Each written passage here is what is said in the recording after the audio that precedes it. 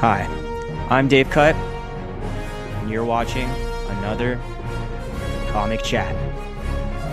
Back again. What's up, guys? Back again today with another great story from Deadpool number 1000. So let's dive in. And this story starts out in Reclusa Parda, Mexico, where Deadpool's down there trying to help out one of his friends with his pride and joy Bella, who has been kidnapped by what they say is La Cucaracha. And as they step outside to see the last place that Bella was seen, you can see a bunch of dead goats. And Deadpool asks when his friend said someone was kidnapped, he really meant kidnapped, right? And that leads us to the mouth of the border. His friend comes clean and tells him that Bella was actually a goat, but she was special. She was the best one out of the herd. And, Deadpool questioning who would even want to kidnap a goat.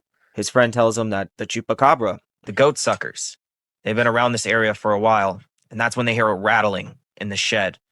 As Deadpool thinks he could put this on his Avengers application before pulling out a gun and entering the shed to find a giant chupacabra feasting. When it sees Deadpool, it attacks, but Deadpool attacks back.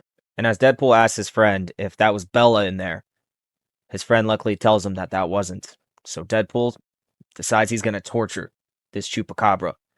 And this chupacabra just says, do your worst. So about 30 seconds after his worst, that goat sucker sang like a mutilated canary. And that brings us to the jungle, to a pyramid, where we can see it surrounded by a bunch of goat suckers. And we didn't know this thing was contagious.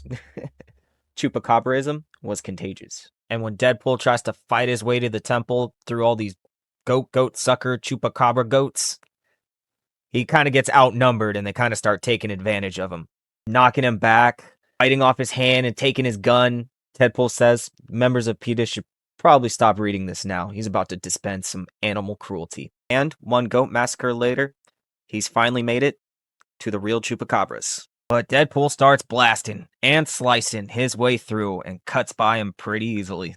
And he finally makes it to Bella and the last chupacabra. And he questions Deadpool, have you come to destroy our love that transcends generations?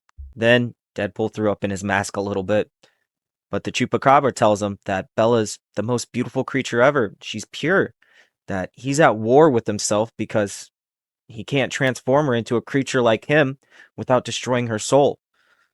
But Deadpool tells him he's been in love with the cheeseburger too in his time.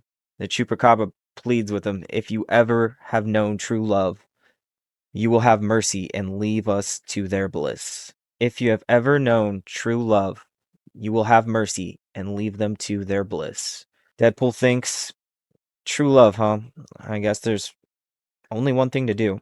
As we cut back to Deadpool talking to his friend, telling him how he just staked Edward to get back his goat. His friend serves him up his latest batch of his famous Chevron chili tacos. Deadpool questions it like, oh, hold on, this isn't...